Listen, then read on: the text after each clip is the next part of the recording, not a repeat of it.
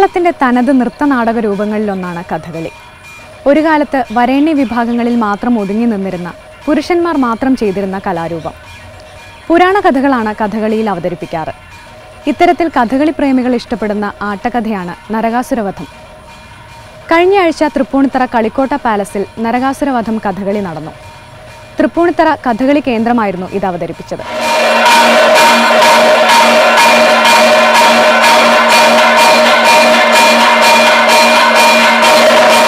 ഭൂമിദേവിയുടെ മകനും അസുര രാജാവുമായ നരകാസുരന്റെ കഥയാണ് നരകാസുരവധം. ദേവലോകത്തെ സ്ത്രീകളെ പിടിക്കാനായി നക്രതുണ്ടി എന്ന അസുരയെ നരകാസുരൻ ദേവലോകത്തേക്ക് അയക്കുന്നതും അവിടെ വെച്ച് ഇന്ദ്രന്റെ മകൻ ജയന്തനോട് നക്രതുണ്ടിക്ക് പ്രണയം തോന്നുന്നതും വിവാഹാഭ്യർത്ഥന നിരസിക്കുന്ന ജയന്തൻ നക്രതുണ്ടിയുടെ മൂക്കും ചെവിയും അരിഞ്ഞു കളയുന്നതുമൊക്കെയാണ് കഥ. ഇതറിയുന്ന നരകാസുരൻ ദേവേന്ദ്രനോട് യുദ്ധം പ്രഖ്യാപിക്കുന്നു. ദേവേന്ദ്രനെ സഹായിക്കാൻ വരുന്ന ശ്രീകൃഷ്ണൻ നരകാസുരനെ വധിക്കുന്നു.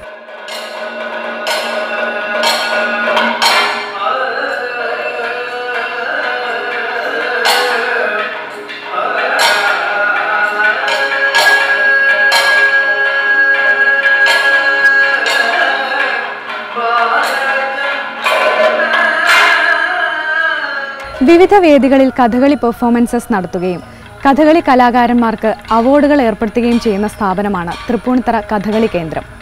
37 വർഷമായി കഥകളി രംഗത്ത് ഇവർ പ്രവർത്തിച്ചു വരുന്നു.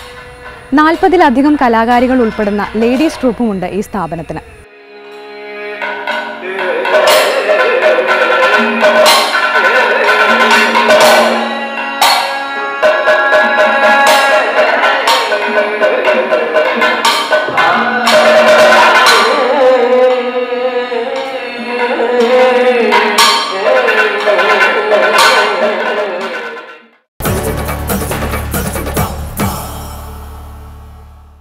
ഇന്ത്യയിലെ കണ്ടംപററി ചിത്രരചനാ രംഗത്ത് തൻ്റെതായ ഇടം കണ്ടെത്തിയ കലാകാരിയാണ് സജിത ശങ്കർ.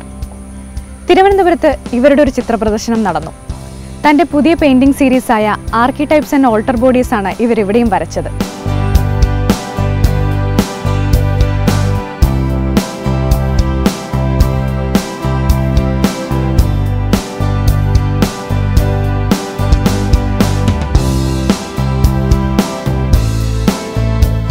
കൾ മുതൽ തന്നെ ചിത്രരചനാ രംഗത്തുണ്ട് സജിത ശങ്കർ. 87-ൽ ആദ്യ സോളോ എക്സിബിഷൻ നടത്തി. 20-ലധികം സോളോ എക്സിബിഷൻസും 40-ലധികം ഗ്രൂപ്പ് എക്സിബിഷൻസും നടത്തിയിട്ടുണ്ട് ഇവർ. രാജ്യാന്തര പ്രശസ്തി നേടിയതാണ് ഇവരുടെ ചിത്രങ്ങൾ. ലോകത്ത് മൊത്തം നടത്തുന്ന വ്യത്യസ്തമായ ചിത്രകലാ ക്യാമ്പുകളിലൂടെയും ഇവർ വ്യത്യസ്തയാകുന്നു.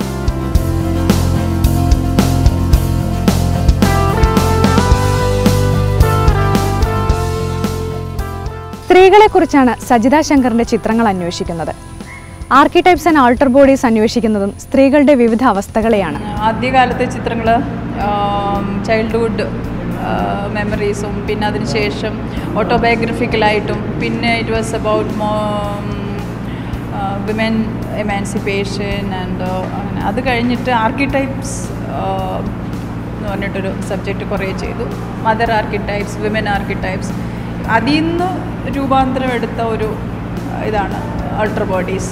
ഈ ഓൾട്ടർ ബോഡി സീരീസിൽ ഞാൻ ആദ്യം സ്റ്റാർട്ട് ചെയ്തത് എൻ്റെ കൈകൾ തന്നെ വെച്ചിട്ട് ഉള്ള കുറേ സീരീസ്. ഇപ്പോൾ ഇതിനകത്ത് കാണാം കൈകളുടെ സീരീസ് കുറേ ചെയ്തിട്ടുണ്ട്.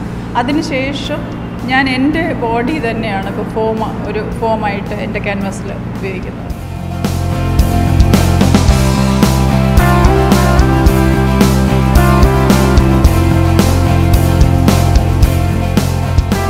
നിരവധി സാഹിത്യരചനകൾക്കും മാഗസിനുകൾക്കും വേണ്ടി വരയ്ക്കാറുള്ള സജിതയുടെ ചിത്രങ്ങൾ ലോകത്തിന്റെ വിവിധ ഭാഗങ്ങളിലുള്ള മ്യൂസിയങ്ങളിൽ സൂക്ഷിച്ചിട്ടുണ്ട്. ലോകം ശ്രദ്ധിക്കുന്ന ചിത്രകലാ ക്യാമ്പുകളിൽ പങ്കെടുക്കുകയും നിരവധി രാജ്യാന്തര ബഹുമതികൾ നേടുകയും ചെയ്തിട്ടുണ്ട് ഇവർ.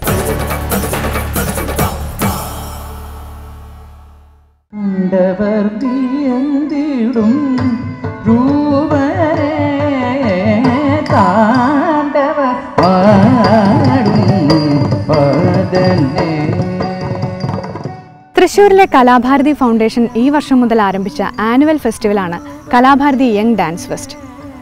ഇന്ത്യയിലെ യുവ ക്ലാസിക്കൽ ഡാൻസേഴ്സിനെ ലോകത്തിന് പരിചയപ്പെടുത്തി കൊടുക്കുകയാണ് ഈ ഫെസ്റ്റ് കൊണ്ട് ഉദ്ദേശിക്കുന്നത്. ഇപ്രാവശ്യം തിരുവനന്തപുരം, തൃശ്ശൂർ, കോഴിക്കോട് ജില്ലകളിലാണ് ഡാൻസ് ഫെസ്റ്റ് നടത്തിയത്. മീര ശ്രീനാരായണന്റെ ഭരതനാട്യവും ചന്ദ്രലേഖയുടെ കുച്ചിപ്പുടിയും ഈ ഡാൻസ് ഫെസ്റ്റിലെ ശ്രദ്ധയെ ആകർഷിച്ച 2 പെർഫോമൻസസ് ആയിരുന്നു.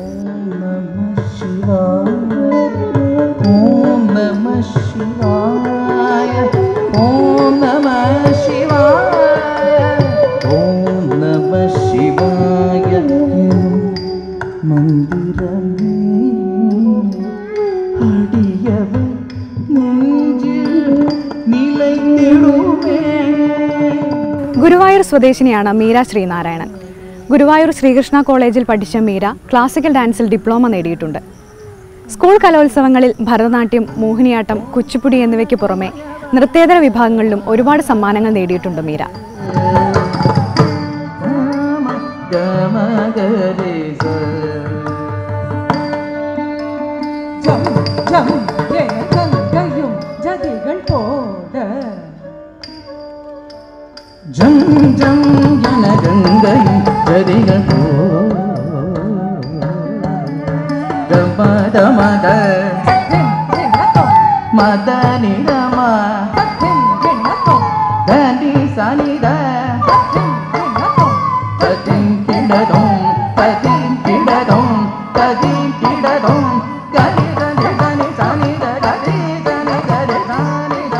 കലാഭാരതി യങ് ഡാൻസ് ഫെസ്റ്റിൽ കുച്ചിപ്പുടി അവതരിപ്പിച്ച ചന്ദ്രലേഖ കുച്ചിപ്പുടി രംഗത്തെ അറിയപ്പെടുന്ന കലാകാരിയാണ്. എറണാകുളം സ്വദേശിയാണിവർ. വളരെ ചെറുപ്പം മുതലേ കുച്ചിപ്പുടി പഠിച്ചു.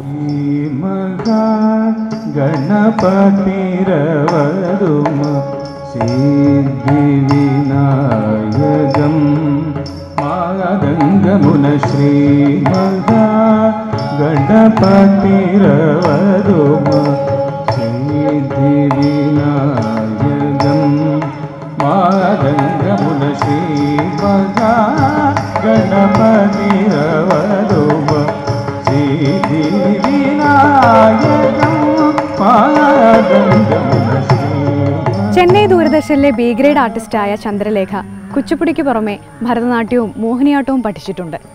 കുച്ചിപ്പുടിയെ പരമ്പരാഗത രീതിയിൽ പഠിപ്പിക്കുക എന്ന ഉദ്ദേശത്തോടെ ശക്തി സ്കൂൾ ഓഫ് കുച്ചിപ്പുടി ആൻഡ് നാട്യയോഗ എന്ന സ്ഥാപനവും ഇവർ നടത്തുന്നു.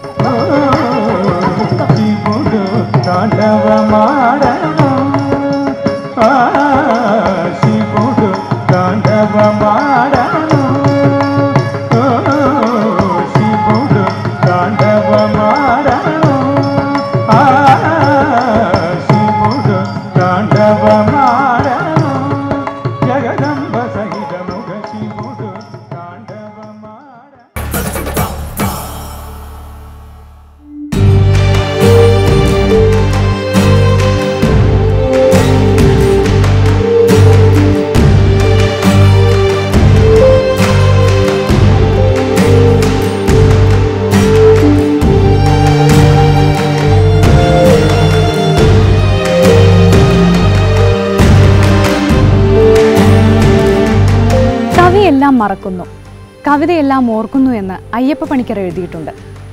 അന്ന നൊവോക്കിൻ്റെ the beautiful days of my youth വായിക്കുമ്പോൾ ഇതാണ് ഓർമ്മ വരുന്നത്. അന്ന ഇങ്ങനെ പറഞ്ഞു തുടങ്ങുന്നു: എന്തായിരിക്കാം ഞാൻ ഈ പേജിൽ എഴുതിയിട്ടുണ്ടാവുക? അതിനു മുൻപേയുള്ളതിൽ എനിക്കറിയില്ല.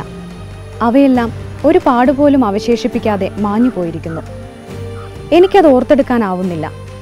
അവിടേക്ക് നയിക്കുന്ന നൂലിഴ അറ്റുപോയിട്ട് നാളുകൾ ഒരുപാട് കഴിഞ്ഞു. എത്രയോ മുൻപേ തന്നെ നിർബന്ധമായും ഓർക്കേണ്ടിയിരുന്ന ചിലതിൻ്റെയെല്ലാം ഓർമ്മകൾ, ഞാൻ അനുഭവിച്ചു തീർത്ത തീക്ഷ്ണമായ ചില ഭീതി യാഥാർത്ഥ്യങ്ങളുടേത്. പക്ഷേ കരുണാർദ്രമായ മറവി ദൂരെ എവിടേക്കോ തള്ളിമാറ്റിയവ.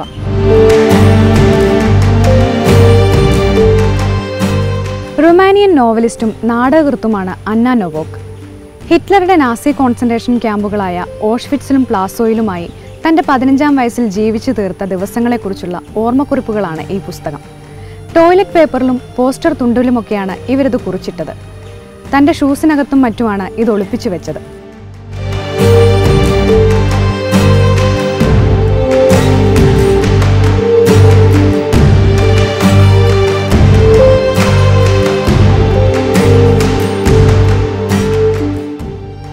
ദുരിതത്തിൻ്റെ ആ കാലം മനസ്സ് മറക്കാൻ ആഗ്രഹിച്ചിരിക്കണം. ക്യാമ്പിൽ നിന്ന് രക്ഷപ്പെട്ട്, മരണത്തിൻ്റെ വക്കിലെത്തിച്ച രോഗത്തിൽ നിന്ന് രക്ഷപ്പെട്ട് ജീവിതത്തിലേക്ക് മടങ്ങി വരുമ്പോൾ അവിചാരിതമായി ആ കുറിപ്പുകളൊക്കെ അവർക്ക് തിരിച്ചു കിട്ടുന്നു. പലതും മാഞ്ഞു പോയിട്ടുണ്ട്, കീറിപ്പോയിട്ടുമുണ്ട്. എങ്കിലും അതെല്ലാം കൂട്ടിച്ചേർത്തപ്പോൾ അത് ഓർമ്മകളുടെ വീണ്ടെടുക്കലായി. എഴുത്തുകാരി മറന്നതൊക്കെയും എഴുത്ത് ഓർത്തെടുക്കുകയായി. പിന്നെ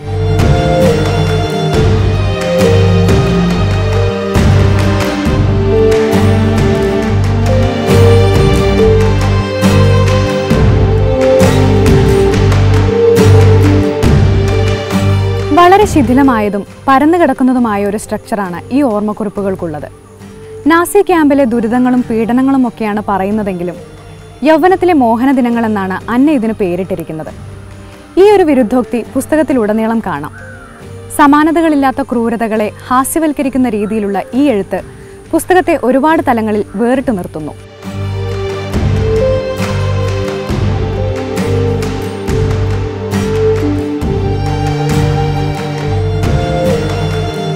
ആൻ ഫ്രാങ്കിൻ്റെ ഡയറി കുറിപ്പുകളാണ് ഈ പുസ്തകത്തോട് നമുക്ക് കമ്പയർ ചെയ്യാൻ പറ്റുന്നത്. ആനിനെ എഴുതാൻ പ്രേരിപ്പിച്ചത് ഒളിവിടത്തിലെ ഏകാന്ത ജീവിതമാണ്. അതുകൊണ്ട് തന്നെ എഴുത്തിലുള്ള അസാധാരണമായ നിഷ്കളങ്കത്വം ഈ പുസ്തകത്തെ ശ്രദ്ധേയമാക്കി. എന്നാൽ അന്നയെ പ്രചോദിപ്പിക്കുന്നത് 8ഓളം നാസി കോൺസെൻട്രേഷൻ ക്യാമ്പുകളിലെ ദുരിതപൂർണമായ ജീവിത ബാഹുല്യമാണ്. അതുകൊണ്ട് തന്നെ അവരുടെ എഴുത്തിൽ അസാധാരണമായ പക്വതയുണ്ട്.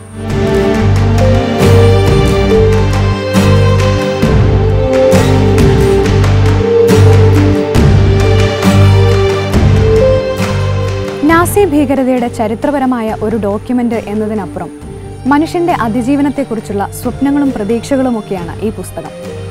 സി സത്യരാജൻ മൊഴിമാറ്റം നടത്തിയ ഈ പുസ്തകം പ്രസിദ്ധീകരിച്ചിരിക്കുന്നത് DC ബുക്സ് ആണ്.